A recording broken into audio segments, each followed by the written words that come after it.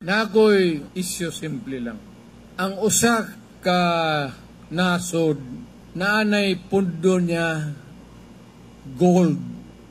Kana munay iyang itubag unsa man ang imong kwarta papilma lang na asa ang backup ana.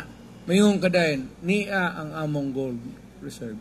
Kaya namo mopalit og asa magnegosyo kay naa mi gold ug naay balor among kwarta. Ang butlag ang atong gold karon nahurot og baligya. So kanang imong papel gigunitan nga bugat kaayo ni adto kay daghan tag gold reserve gaana kaayo na hantod nga wa nay nasod hatag og di na mo honor ana kay wa na nay balyo.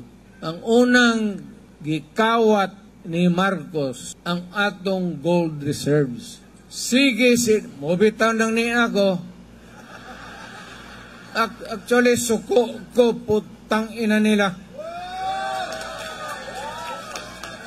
Sige yan nagbaligya ang atong gold hantod karon gamay na lang kaayo.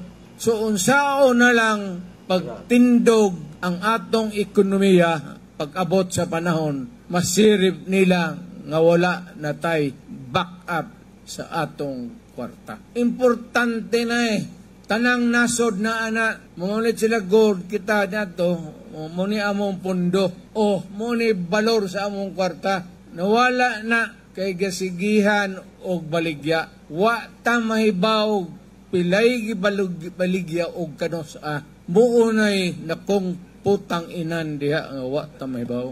Wa ta kahibaw ang gold diin gibaligya og pila. Tuwa sila mo sultiana ang administrasyon. Kada dapat public na kay public issue, public property, public money. And yet, ingnan tamo padung na siya sa pagka-dictator Padung na siya dito, di na magbaling-baling og ingno nimo, hoy, hay naman tong among gold, di man nimo baligya, pilay imong ngalin. Wala na. They don't bother to answer and they don't bother really to give a statement to the Filipino people. Lisod na perting lisura na. Muna una, karong pila ka adlaw, mga pobre kita Grabe mga kababayan, malapit nang maubos yung gold reserve natin.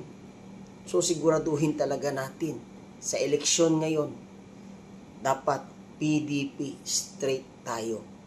Sigurado straight tayo, PDP laban mga kababayan.